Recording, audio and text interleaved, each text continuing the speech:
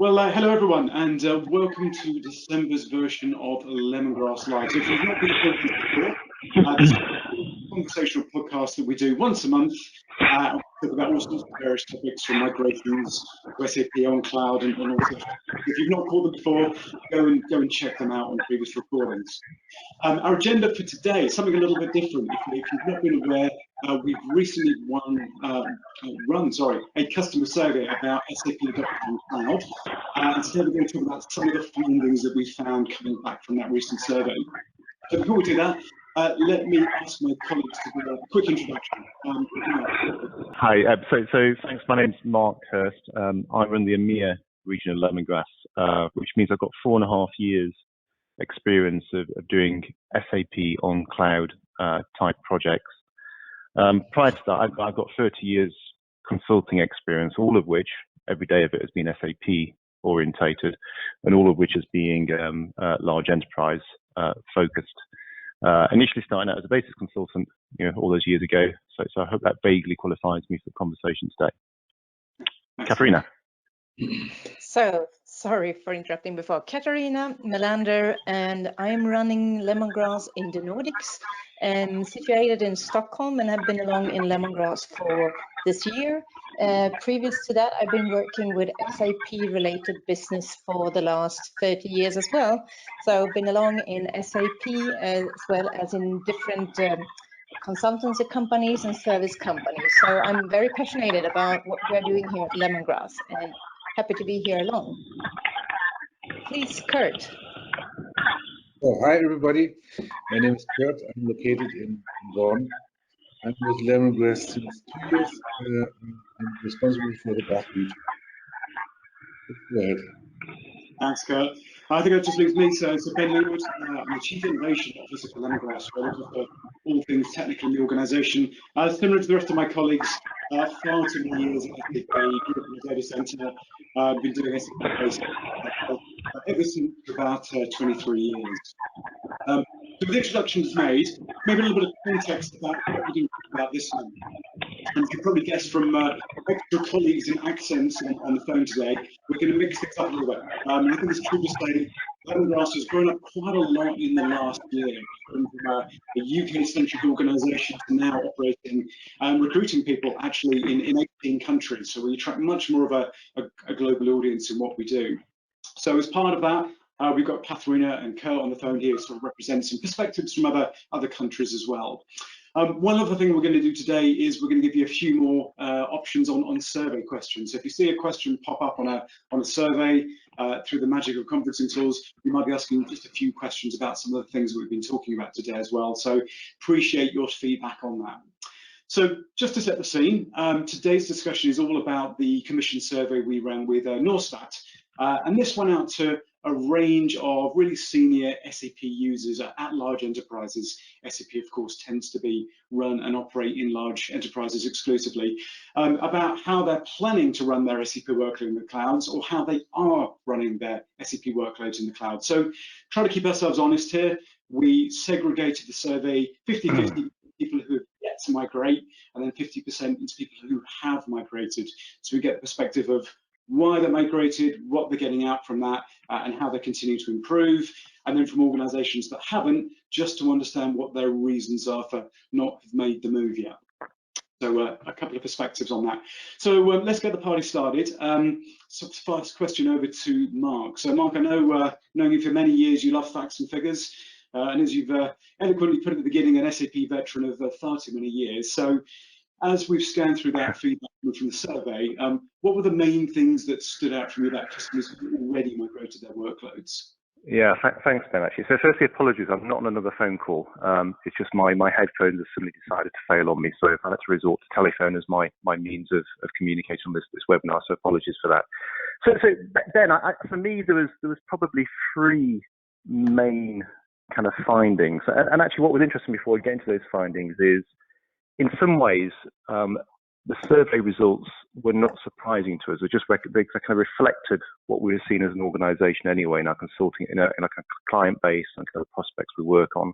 So it just really kind of confirmed what we were seeing in the marketplace anyway. But the the three kind of overriding things for me is as follows. So the first thing is the rate of adoption for SAP on cloud is gaining massive momentum. So I think as a round number, I think 80% of the respondents, so the 50% that already migrated to SAP, plus a good proportion of those who are planning to or considering migrating SAP to the cloud, intend to move to the cloud at some point in the future. So that's an astonishing proportion of the install base that's actively considering moving their SAP systems to the cloud.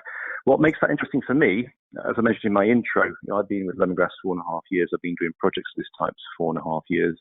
Looking only back to that period 4.5 years ago, SAP on cloud at that point was a novel thing. It was unusual. It was an early adopter thing. It's what you do if you want to be kind of different to the rest in some ways, actually. So it's interesting in such a short time seeing SAP on cloud move from being a novelty to kind of, to use the cliche, the normal, essentially.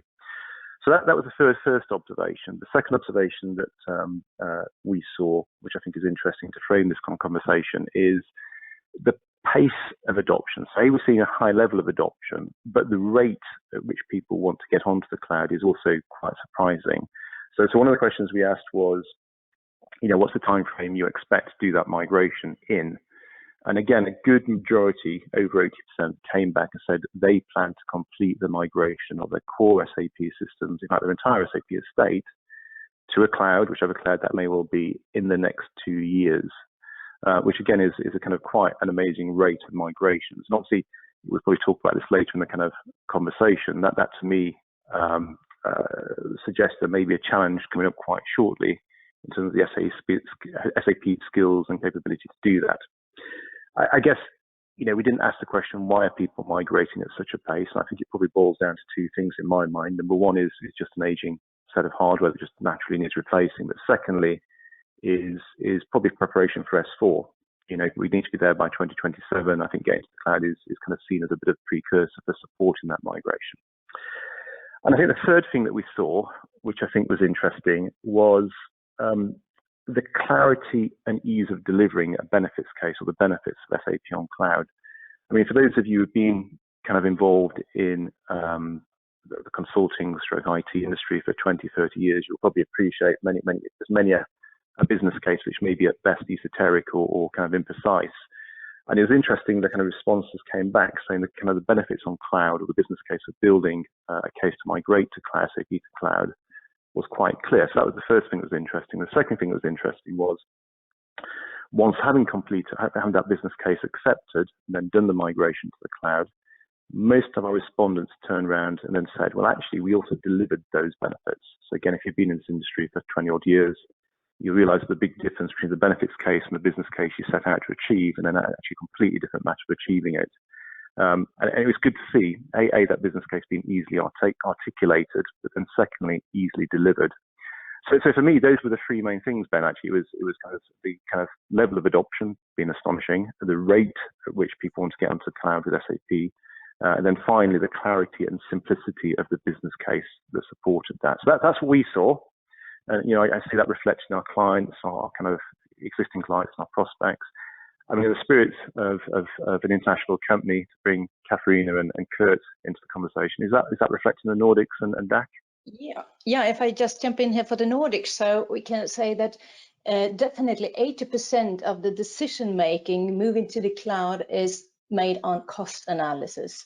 So it's still common to see comparisons with local data center providers, and many are drawn to cloud due to mergers, acquisition, as well as commonly contractual renewals with existing providers. But definitely it's cost analysis driving it. And what I also would love to point out is that how from my customers who have migrated, all of them actually have seen that a payback within the 24 first month. So much of this is achieved in the migration phase already, alone by modernizing the operative systems as well as the databases in use, which are then resulting in lower maintenance and lower costs. So, but it's also about right sizing and reducing the size of the landscape. So what we have discovered and noticed is that there's quite a lot of fat, if we say so, in the typical landscape. So this is findings we can definitely agree upon in the Nordics market. Great, thanks, Katarina. And Kurt, how about that? Yeah, maybe just to give you a view from the, let's call it SAP Heimatmarkt, the DACH region.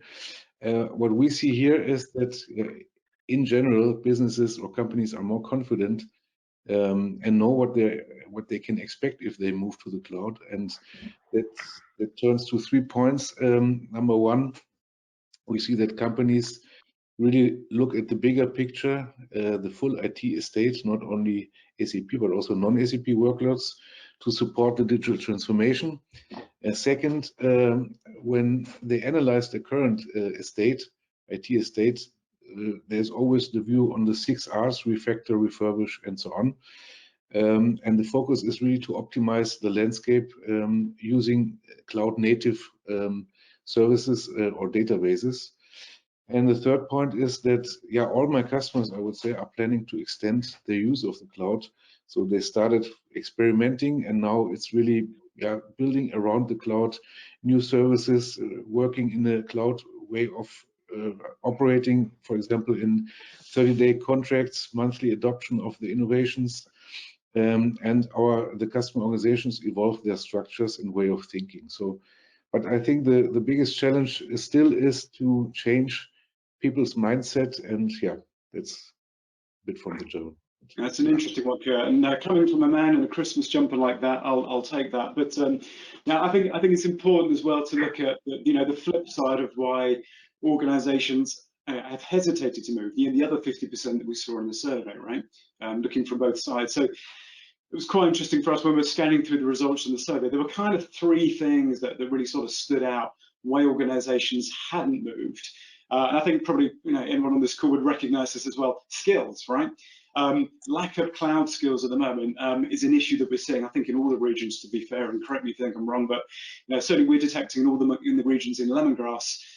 So that's skills either internally, that's cloud skills from their SI, having the experience to run, operate, and migrate SAP systems in that cloud technology, right? And that often is reflected then in the leadership teams also being within those organisations a little bit unconfident about what to do, sometimes perceived as a bit of a loss of control, or a thought that they can't run legacy technology in modern cloud environments, which is completely untrue as well. So definitely skills and experience in that platform technology is influencing the rate that we're seeing adoption in some specific areas. So I'd say that's one for me. The second one, and probably unfortunately named because people call it public cloud, security. We do detect a lot of security anxiety. I think that was the top one coming back from the survey about why people weren't adopting cloud migrations into cloud. Simply because they're worried about the security of moving their crown jewels. When you typically look at SAP organizations, they've got requirements around data sovereignty or regulated industries, FDA or GXP workload. IPR, intellectual property, is often held within SAP systems as well. So there is a compounded issue about perception of moving SAP systems into the cloud because of the security. Now the facts are, done correctly, hyperscaler platforms are by far the most secure platforms on the planet, and we can say that with confidence looking at the highly regulated industries they're running in their government, you name it. Obviously the famous military defense contracts that also run in cloud. So done correctly, absolutely it is more secure, but you've got to, back to my first point, have the experience and the confidence and the skills to be able to configure the security in the cloud, the hyperscalers of course being security of the cloud. So I'd say it's my second one. And then the last one we saw, again, coming back to your point, Kurt, actually, around the confidence in the organisation. I think everybody on the call knows that the main value of moving to the cloud comes from operate. And if you look at the survey response, you see that, to Katharina's point earlier, the ROI for most cloud migrations is typically in months sort of 12 to 24 in that second year. So that tells us it's not in the migration phase, it's in the operate phase. That kind of backs up that point. So that's the sweet spot in there. So evolving your people, evolving the skills to be able to run and operate in a modern fashion. We've seen a lot of people hesitant because they don't have the skills, or they're just doing simple lift and shift, but not changing the way that they're operating, as another key reasons why there's some hesitancy moving forward, or perhaps they haven't got the ROI that we're looking for, and it's preventing them from moving forward. Just to summarise my waffly points there, I think in all cases, however, from our experience, jumping back to the 50% who have moved, all three of those areas turn into strengths once they have moved, right? So that's something that did come back from the survey. They turn from concerns then into strength areas and areas that they're improving as a result of that migration. So it's two sides of the same coin there. So kind of on that point, I think as we're looking forward and moving on there, Mark, let me bat another question back in your direction, because I think it's important that we talk about the migration. We spend 1% of the time migrating.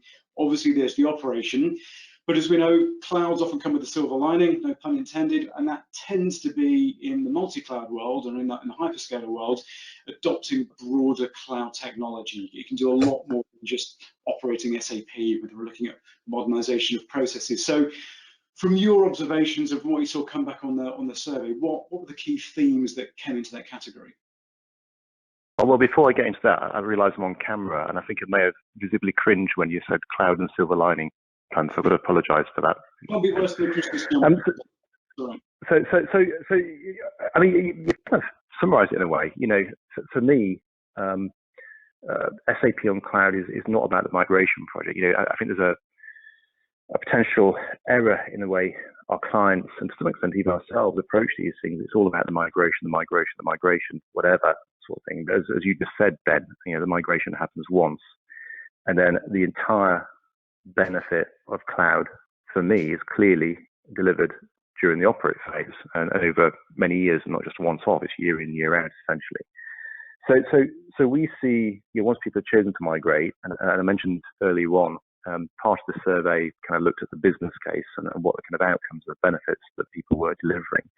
And it was kind of interesting for us to see that, A, that again, that business case was clear, but B, it was all around optimizing and changing the way you live and operate SAP on cloud. And so just looking at some of those benefits and kind of, you know, what our respondents kind of said they gained value from. The first thing is taking the opportunity to simplify technically and standardize what was probably being implemented over 2 decades. So for many of our clients, they've implemented SAP systems a long time ago, and they were kind of implemented in a manner that was kind of papering over some technology cracks in terms of availability or performance or architecture, whatever it may well be. So benefit number one that our clients call out, or the respondents call out, was the ability to standardize on cloud, the ability to strip out all of those kind of things that have accumulated technically over the years, and they're quite costly to both maintain and pay license and all that kind of stuff. And do one of two things, or actually both two things. Number one is go as cloud native as possible. So many of those bits of technology you implement, such as high availability or DR, are available free and native in cloud. And secondly, is just to adopt a kind of standard kind of pattern way of implementing. So rather than having systems that have been implemented over a long period of time to different standards as they've been evolved, it's a good way of just refreshing and simplifying the architecture to be standard, basically, to get a standard way of working, standard operating procedure, standard architecture, etc. The kind of second layer of benefits our clients kind of respondents pointed out was around the opportunity to collapse or simplify support and development landscapes. So our clients tend to be quite complicated. You know, we have clients such as Philips Healthcare and Transport for London. They've had SAP a long time. They've got complex development needs. They've got complex support needs. Some of those clients have up to 9 development tracks, which on premise is just really expensive to kind of provision and then maintain, essentially. So one of the key areas that our clients really benefited from was collapsing the number of tracks they had and making it more on demand.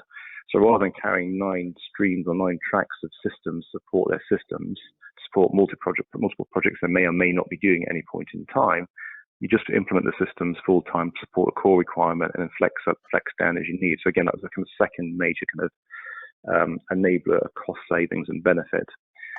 The third thing was just general financial optimization.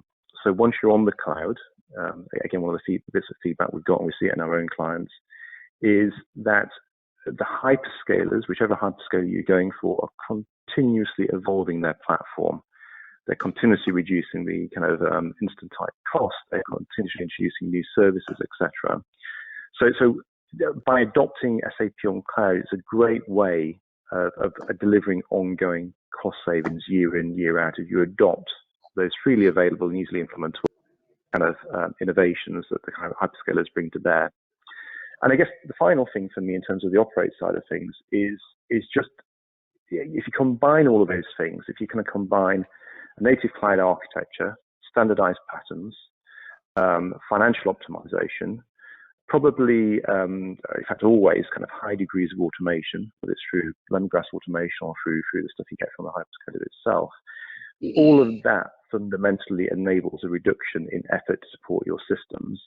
And you know, our clients see about 50% reduction in terms of the amount of effort required to support their SAP system post-migration on cloud than previously. So to your pun, Ben, yeah, there's a silver lining to the cloud, and that's reflected in terms of cost reduction up to 50%, and it's delivered through the kind of 4 or 5 streams I just talked about. Thanks, Mark. So I'll promise I'll stop the puns, but conscious of time, maybe we should move into some questions. I can see there's some come through on the screen here, if I can use this tool properly. Here we go. So the first one, okay, it's a good one. What would you recommend to an organisation to address the skills issue you stated in the survey document? Actually, Mark, I'll throw that one at you, I think, based on what you've just been talking about. Again. So, skills is definitely an issue. It's an issue as a client, it's an issue as a service provider, etc. So it's partly driven by that rate of adoption I mentioned earlier. Everybody wants to get on cloud within 2 years, and on top of that, people are kind of considering moving to S4 and doing other projects, etc. So SAP skills, and especially SAP on cloud skills, which are fairly niche, are definitely kind of hard to come by. Now the way our clients address that is in 2 or 3 ways. So firstly, they would normally appoint a third-party service provider, such as ourselves, to become both the migration, or at least the migration partner. And because it's the technical migration, actually requires fairly limited skills from a client side. So the migration can be done without too much kind of demand on the client side in terms of cloud-native skills. The second thing is from an operate point of view, which is probably where it's more important, in terms of having client skills and kind of having a stable kind of source of capability and skill set to support your systems. Our clients do one of 2 things. Either they outsource it, and probably 90% of our clients recognize that SAP on cloud is different enough that their existing teams are not best to do that work. Therefore, they outsource it to the service provider. Well, the second thing is we actively put in place a skills gap analysis and skills development type process. So I think one of the things in terms of skills is all of the hyperscalers are acutely aware that having sufficient capacity in the marketplace, sufficient skills in the marketplace, is the key constraint to their success. So there are quite freely available kind of training programs and training courses and skill development programs available from all hyperscalers. So what I'd recommend, if you're not outsource, you're not going to use a third party, is just decide which hyperscaler you're going to use very early on, do a training gap analysis, use all the free resources available from your hyperscaler in terms of developing and upskilling your existing team. Yeah, thanks. Answer your question, Ben. Does perfectly. What else have we got? Okay, here's one. Automation is mentioned all the time for cost optimization. What do other organizations automate that enables the largest cost saving? You know what, Kurt? I know you've just been through that for a couple of large projects in Germany. Why don't you answer that one? Yeah, well, most people focus on provisioning, but that's not really the part where you have the biggest gains. It's around, as Mark mentioned, it's around operate and utilizing standard cloud functionalities like upscaling, downscaling, scheduling, And we use automation, especially in our operate part. You could say that's commodity. So we try to automate their repetitive actions or activities as much as possible.